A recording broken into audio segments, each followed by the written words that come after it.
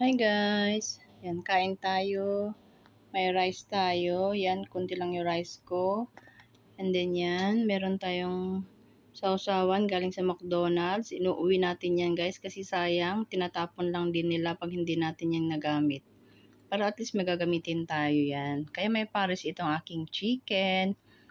Itong chicken ko guys, take out ko yan kahapon. Yan, kasi nagpakain yung aming friend, si Tina. Thank you, Teens. Of course, may kape. Yan. Ito kasi na chicken ay may voucher kaming gamit kahapon. $119.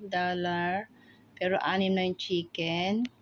Hindi namin naubos kasi may mga ano pa. Anong tawag doon? Chicken wings.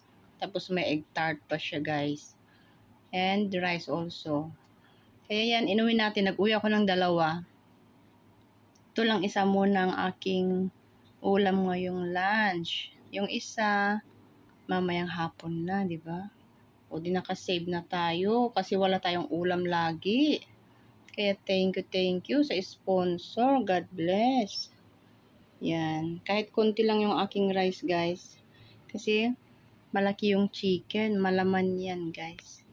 Ayan lang. Kain tayo. Happy lunch. Happy Monday.